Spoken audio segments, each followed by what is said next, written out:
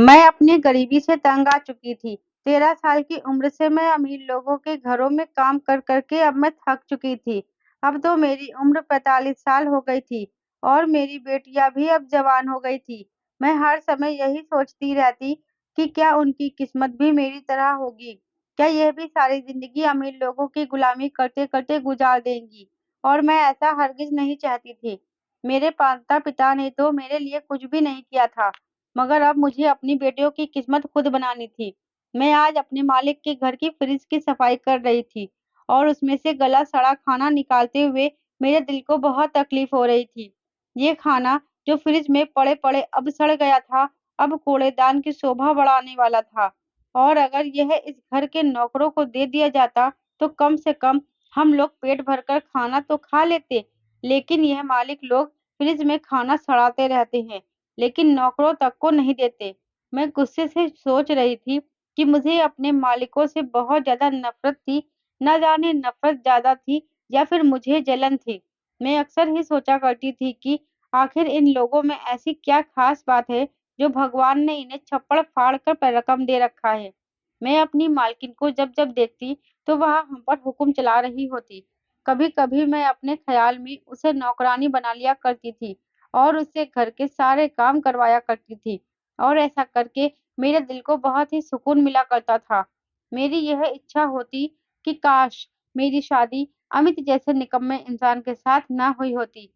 काश मेरी शादी बंगले के मालिक से हो जाती, तो आज मैं और मेरी बेटियां भी इस घर की मालकिन होती। मैं काम से फ्री नहीं हुई थी कि तभी मेरी मालकिन शोर मचाते हुए किचन में दाखिल हुई और कहने लगी, तुम सब जल्दी से अपना-अपना काम खत्म करो और मेरे पास आओ। हमारे घर खास मेहमान आने वाले हैं, इसलिए कुछ ज़रूरी इंतज़ाम करना है। अपना हुक्म बताकर वह चली गई थी, जबकि मेरे साथ की बाकी नौकरानियाँ बड़ी तेज़ी से हाथ चलाने लगी थी। वह ये सब मालकिन को खुश करने के लिए कर रही थी, जबकि यह सब देखकर तो मुझे और भी ज़्यादा गुस्सा आने लगता है। आज का पूरा दिन बहुत ही ज़्यादा व्यस्त रहा था। मालकिन ने हर तरह के खाने बनवाए थे। मैं यह सोच-सोच कर परेशान हो रही थी कि आखिर आज ना जाने घर में कितने मेहमान आने वाले हैं। असल झटका तो मुझे तब लगा जब मालकिन के सिर्फ 4 ही मेहमान आए थे। इतना सारा खाना इन 4 मेहमानों के लिए बनवाया गया था। अगर यह खाना हम जैसे लोगों के घर में बनता तो गरीब की बेटी की शादी निपट जाती। बाद में मालकिन ने हमें यह बताया कि मेरी बेटी रोशनी के लिए बहुत ही ऊँचे खानदान से रिश्ता आया है और यह सब इंतज़ाम उसी के लिए किए गए थे। मुझे रोशनी की किस्मत पर जलन होने लगी थी। क्या किस्मत पाई थी इन लोगों ने? क्या था जो रोशनी अच्छे घर में पैदा हुई थी और फिर अच्छे ही घर में ब्याह कर जा रही थी। मालकिन की बेटी रोशनी इतनी तो खूबसूरत भी नहीं थी। बस ये था कि उसमें नखरा बहुत ज़्यादा था और मालिक की जान थी। अपनी बेटी पर दोनों पति-पत्नी उस पर पूरी दुनिया निछावर कर देने को तैयार रहते थे। बस इसी वजह से वह खुद को कोई परी समझने लगी थी। घर जाकर भी मैं सारा दिन खुद को कोसती रहती थी।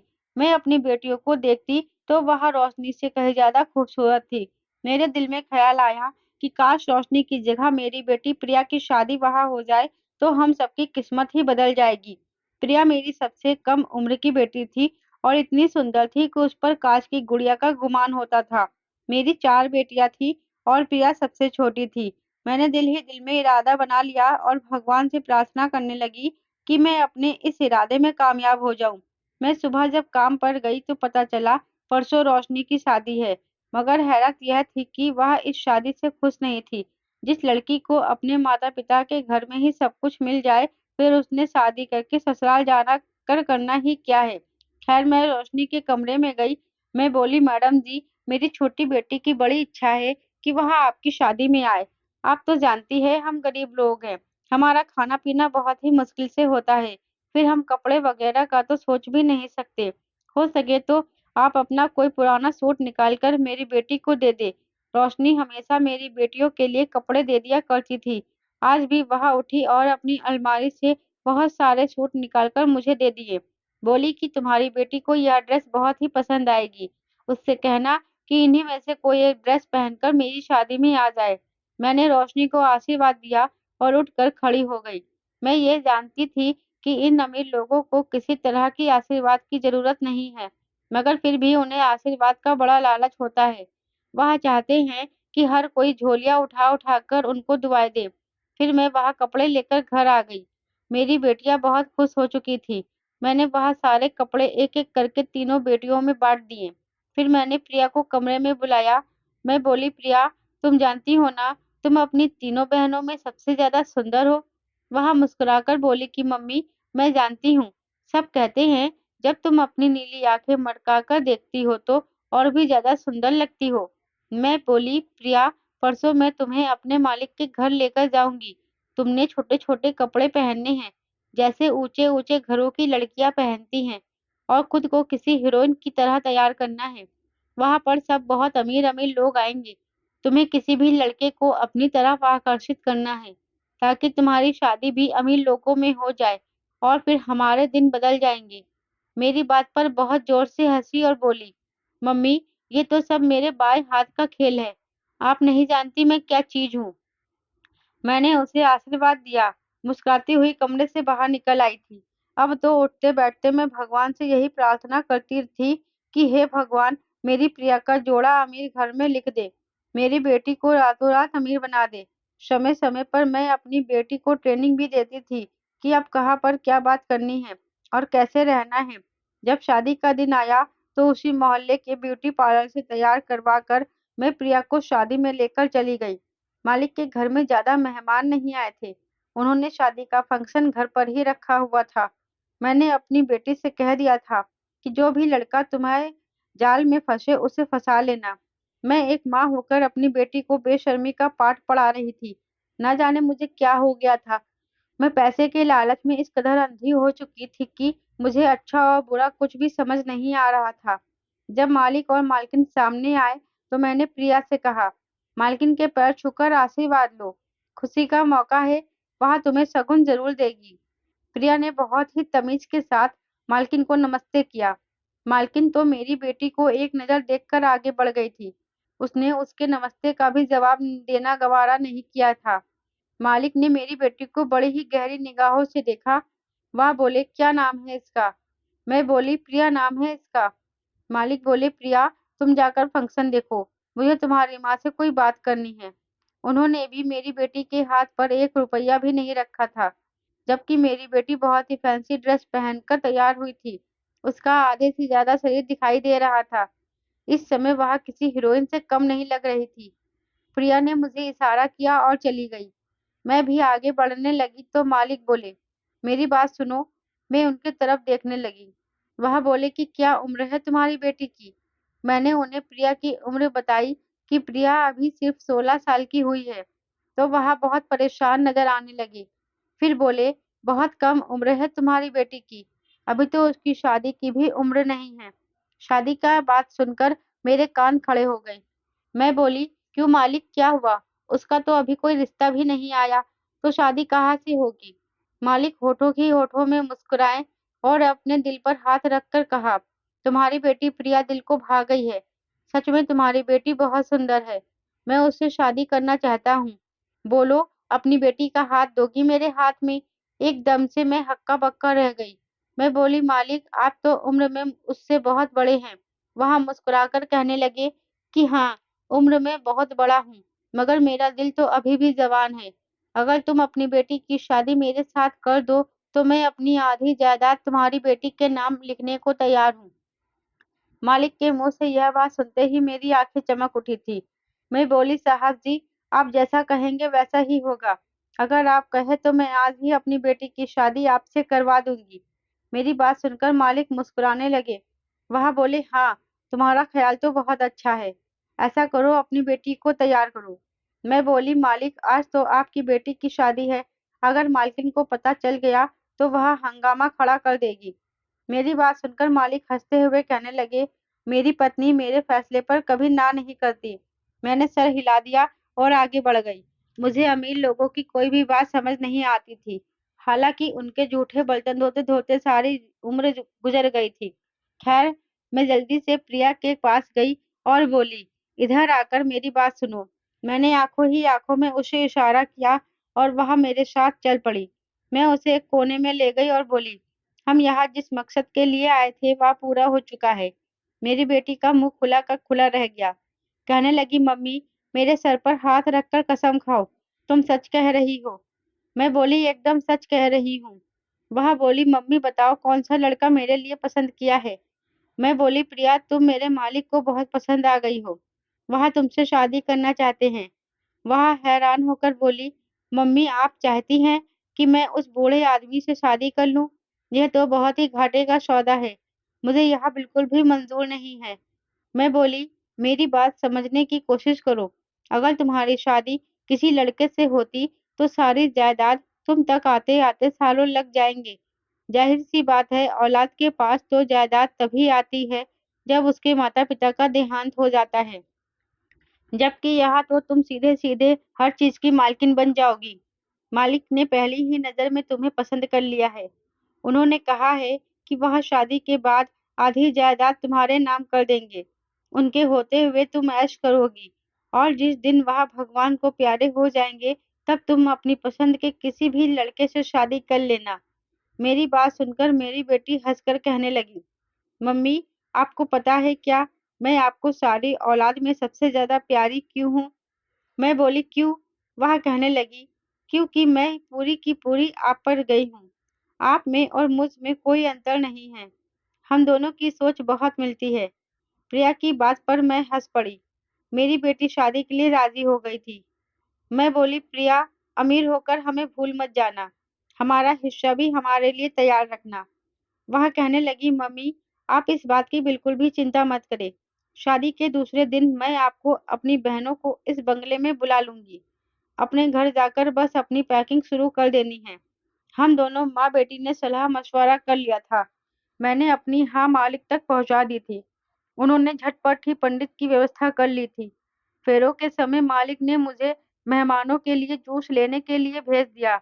इस समय मैं यह काम करके अपनी बेइज्जती महसूस कर रही थी। अब तो मैं मालिक की पत्नी की माँ थी। वहाँ मुझे काम को क्यों कह रहे थे? खैर, मैं जूस लेकर आई तो शादी की सारी रस्में हो चुकी थी। मालिक मुझसे कहने लगे, अब तुम अपने घर जाओ। तुम्हारी बेटी विदा होकर मेरे घर आ गई है। तुम्हारा काम खत्म हो गया है। मैं मुस्कुराकर बोली, आपका जो हुक्म। यह कहकर मैं वहां से घर आ गई थी, जबकि मेरे होठों पर शातिराना मुस्कुराहट फैल चुकी थी। मुझे क्या समझ रखा है? बेटी की विदाई के बाद मेरा काम खत्म हो गया है? मेरा काम तो अभी शुरू हुआ है। अभी तो मुझे मालिक की पहली पत्नी को तलाक दिलवाना था और इस बंगले पर खुद मालकिन बनकर हुक्म चलाना था। खैर, मैं वापस लौटी तो शाम हो चुकी थी। मेरा पति भी काम से घर आ चुका था। वह मेरी तरफ देखकर बोला, प्रिया कहाँ है? अब मुझे अपनी खुशी का इजहार का मौका मिला था। मैं खुश होकर बोली कि मैं प्रिया को अपनी मालकिन बना आई हूँ। मेरी बात सुनकर मेरे पति हैरान हो गए। बोले, क्या कहा तुमने? मैं कुछ समझा नहीं। मैं हंसी और बोली, हाँ, मैं जानती हूँ कि तुम एक नंबर के बुद्धू हो। अगर बुद्धू ना होते तो आज तक तुम कुछ करने के काबिल होते। खैर, मैंने प्रिया की शादी अपने मालिक से कर दी है। मालिक ने वादा किया है कि वह अपनी आधी जायदाद प्रिया के नाम कर देंगे और तुम सबके लिए यह मैसेज दिया है कि अपने अपने कपड़े पैक कर लो। वह जल्दी ही गाड़ी भिजवाकर हमें उस कोठी पर बुला लेंगे।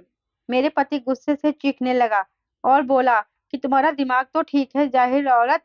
तुमने पैसे के लालच में मेरी फूल सी बच्ची की शादी एक बूढ़े आदमी से कर दी।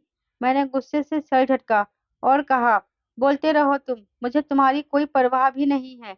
मैं उठी और अपनी बेटियों के पास आ गई। मैं बोली कि तुम सबके दिन भी बदलने वाले हैं। प्रिया तुम सबका रिश्ता भी अमीर लोगों में करवा देगी। मेरी तीनों बेटियां मुझ पर गई थी, सब की सब चालाक थी। मेरी बात सुनकर वह खुश हो गई। थोड़ी देर बाद आकर मैं अपने बिस्तर पर लेट गई और सोचने लगी कि मैं कहीं मैंने घाटे का सौदा तो नहीं कर दिया। मुझे चाहिए था कि मालिक से कहती कि शादी के बदले मुझे 10 लाख रुपए अभी चाहिए। उनके पास जितना पैसा था, यह तो रकम उनके लिए मामूली सी थी। हे भगवान, मैंने पैरों से ठीक पहले पैसे क्यों नहीं मांगे? अब यह सोच सोचकर मैं बेचैन होने लगी थी। मैंने सोचा कि चलो सुबह जाकर मालिक से पैसे मांगूंगी। सारी रात मुझे सुहाने सपने आते रहे, मगर मुझे क्या पता था कि अब मेरी किस्मत पलटने वाली थी। मेरी किस्मत में खुशियां नहीं बल्कि सिर्फ और सिर्फ पछतावा आने वाला था। मेरी जिंदगी से मुझे ऐसा जख्म मिलने वाला था जो पूरी जिंदगी मुझे दर्द देता। सुबह हुई तो मैंने अपनी बेटियों से कह दिया, तुम अपनी तैयारी पूरी रखना। मैं किसी भी समय तुम लोगों को आकर अपने साथ ले जाऊंगी। मैंने रास्ते से उधार नाश्ता लिया और कोठी की तरफ बढ़ गई।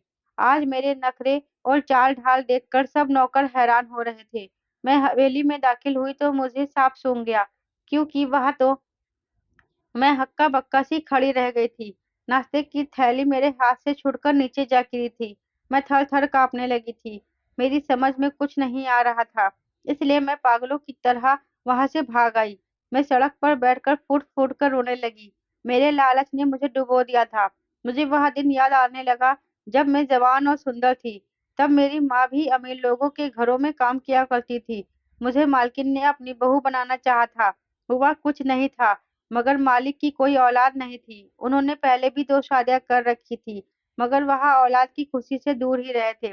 इसलिए उनकी माँ ने चाहा था कि मेरी शादी उनसे कर दी जाए, मगर मेरी माँ ने अपनी मालकिन को इनकार कर दिया था। कहने लगी, पहले से शादीशुदा मर्द को अपनी बेटी नहीं दूँगी। जब मुझे इस बात का पता चला, तो मैंने बहुत बवाल मचाया था। मैं बोली, मम्मी मुझे यह रिश्ता मंज़ूर है, आप मेरी शादी अपने मालिक से करवा दें। मगर मेरी माँ ने मेरी एक नहीं सुनी थी और मेरी शादी गरीब अमित नाम के लड़के से कर दी। उसके साथ मेरी शादी करके मेरी नसीब भी मेरी माँ के जैसे ही हो गए थे। मुझे भी लोगों के घरों में काम करने के लिए जाना पड़ता था। खैर मैंने अपने बच्चों के लिए बहुत ही अच्छा सोचा था, मगर जो हुआ था वह नहीं होना चाहिए था। मेरे अंदर गुस्सा बढ़ने लगा। रह रहकर मेरी आंखों के सामने हवेली का वह मंजर घूम रहा था जब मैं नाश्ता की थैली लेकर अंदर हवेली में दाखिल हुई थी, लेकिन वहाँ तो मालिक, मालकिन और उनकी बेटी रोशनी नाश्ते की टेबल पर बैठे नाश्ता कर रहे थे। लग ही नहीं रहा था कि रात इन्होंने रोशनी की शादी की है और साथ ही साथ मालिक ने अपनी भी शादी की है। रोशनी तो घरेलू कपड़ों में आराम से बैठी नाश्ता कर रही थी। अगर यह तीनों सामने बैठे हुए थे, तो फिर मेरी बेटी कहाँ चली गई थी? मुझे किसी अनहोनी का एहसास हुआ था। मैं बेचैन हुई थी और इसीलिए भागती हुई बाहर आ गई थी। मैं एक बार फिर से हवेली चली गई। इस बार मुझे मालिक सामने ही मिल गए। मैंने गुस्से से उनका गिरेबान पकड़ लिया। वह बोले, क्या बात है? तुम अपने होश में तो हो? जानती हो क्या कर रही हो? मैं चीख कर बोली, अगर आपकी बेटी इस घर में मौजूद है, तो फिर मेरी बेटी कहाँ चली गई? मालिक ने एक झटके से अपना गिरेबान मुझसे छुड़वाया और उनके चेहरे पर मुस्कुराहट फैल गई। वह बोले, चलो मैं तुम्हें पूरी कहानी सुनाता हूँ। दरअसल हुआ कुछ यूँ कि रोशनी मेरी इकलौती और लाडली बेटी है। मुझे उससे बहुत ही मोहब्बत है। इतनी मोहब्बत है कि मैं शब्दों में बता नहीं सकता।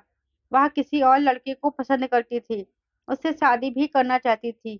मैं भी उसकी शादी वहीं पर कर रहा था। मगर फिर एक बहुत बड़ी समस्या हो गई। मैंने पिछले सालों में जितना भी माल गैर कानूनी तरीके से जमा किया था, वह कानून की नज़र में आ गया था। मैं चाहता था कानून अपनी आंखें बंद कर ले, इसलिए मुझे अपनी इकलौती बेटी की कुर्बानी देनी पड़ रही थी। मैंने बहुत बड़े अफसर से अपनी बेटी की शादी तय करके उस अफसर का मुंह बंद करवा दिया। वह उम्र में मुझसे भी 5 साल बड़ा था, लेकिन मैं मजबूर था। क्या करता? अपनी मेहनत की कमाई यूँ बर्बाद होते नहीं देख सकता था। इसलिए मजबूरी में मैंने अपनी बेटी का सौदा कर दिया और उस 50 साल के बुड्ढे से अपनी बेटी का रिश्ता तय कर दिया। शादी के दिन मेरी बेटी मेरे गले से लगकर फूट-फूट कर रो रही थी। वह बोली, पापा, आप मेरे साथ इतना बड़ा जुल्म ना करें। अगर आपने अपना फैसला वापस ना लिया, तो मैं अपने ससुराल जाते ही खुद को खत्म कर लूँगी। मैं बहुत बड़ी मुसीबत में फँस चुका था। अब मैं उस शादी से कैसे बच सकता था? मेरे पास कोई और रास्ता भी नहीं था। उस दिन तुम अपनी बेटी लेकर हमारे घर आई थी। मैंने तुम्हारी प्रिया को उस अफ़सर के सामने पेश किया। प्रिया मेरी रोशनी से भी ज़्यादा सुंदर थी। अचानक से उस अफ़सर का दिल उस पर आ गया। मैंने तुम्हारी बेटी का हाथ माँगा, तो तुम उम्र के फ़र्क को भूलकर पैसे के लिए राज़ी हो गई थी और मैंने तुम्हारी बेटी की शादी उस बूढ़े अफ़सर से कर दी, जहाँ मैं अपनी बेटी की शादी करने वाला था। अब मैं तुम्हें तुम्हारी बेटी का पता ठिकाना तो नहीं बता सकता। हाँ, मगर तुम्हें पैसे ज़रूर दे सकता हूँ, जिसने तुम्हें इस काम के लिए मजबूर किया था। मालिक ने मेरे सामने 1 करोड़ का चेक काट कर मुझे थमा दिया। बोले, यह तुम्हारी बेटी की कीमत है। मैंने काँपते हाथों से वह चेक थाम लिया था। मैं इन बड़े लोगों के सामने नहीं लड़ सकती थी, क्योंकि मैं मजबूर थी। मैं वह पैसे लेकर घर आ गई। मेरी बेटियाँ कहने लगी, मम्मी इतने सारे पैसे कहाँ से आए? मैंने कहा, यह तुम लोगों के लिए प्रिया ने भेजे हैं। मेरा पति बोला, सच सच बताओ, क्या हुआ है? मैंने रोते हुए उसे सारी बात बता दी। मेरे पति ने अपना माथा पीट लिया और बोला, तुमने मेरी बेटी के साथ बहुत बड़ा जुल्म किया है। न जाने वह कहाँ-कहाँ जलील होती फिरेगी। मेरा पति बोला, तुम्हारे मालिक ने जिस आदमी के साथ हमारी बेटी की शादी की है, वह अपने किसी और बिज़नेस डील के लिए हमारी बेटी को आगे पहुँचा देगा। अब उसकी किस्मत में सारी ज़िंदगी की रुसवाई लिखी है। मैं फूट-फूट कर रोने लगी। मैं बोली, तुम्हारे पास कोई रास्ता है क्या कि हम अपनी बेटी को वापस लाएँ? मेरे पति रोने लगा और बोला, मैं उन लोगों का मुकाबला नहीं कर सकता। आज इस हादसे को पूरे 5 साल बीत गए हैं। मालिक के दिए हुए 1 करोड़ रुपए से हमारी ज़िंदगी बदल गई है। मेरी बेटियाँ ऐशो-आराम से ज़िंदगी जी रही हैं, मगर मुझे यह ऐशो-आराम चुभता है। ऐसा लगता है जैसे कि प्रिया के खून के बदले मिलने वाली रकम है। मुझे यह पैसे ज़हर लगते हैं। खुद को माँ कहते हुए भी मुझे शर्म आती है। ऐसी माँ जिसने अपनी ही बेटी का सौदा कर डाला। आज मुझे समझ आया, मेरी माँ ने मेरी शादी एक अमीर आदमी से करने के बजाय एक गरीब आदमी से क्यों की थी? क्योंकि वह मुझे इज़्ज़त की ज़िंदगी तो दे रहा था। मैं अपनी बाकी की बेटियों की शादी अपने जैसे लोगों में करने का सोच रही थी। जब भी प्रिया याद आती है, तो दिल खून के आंसू रोता है। पता नहीं मेरी फूल-सी नाज़ुक-सी बच्ची किन दरिंदों के बीच में फँसी हुई होगी। भगवान से प्रार्थना करती हूँ कि हे भगवान, तू मेरी फूल-सी बच्ची को अपने पास बुला ले, क्योंकि वह तो इतनी नाज़ुक-सी है, वह इतनी दरिंदगी नहीं सह पाएगी। इससे अच्छा तो तू उसे अपने पास बुला ले। मैं हर दिन बस पश्चाताप में जी रही हूँ। दोस्तों, अगर आपको मेरी कहानी पसंद आई है, तो दोस्तों मेरी कहानी को लाइक और शेयर ज़रूर करें। चैनल पर नए हैं तो चैनल को सब्सक्राइब ज़रूर करें। साथ ही बेल आइकन को प्रेस करें, जिससे वीडियो की अगली अपडेट सबसे पहले आपको मिले।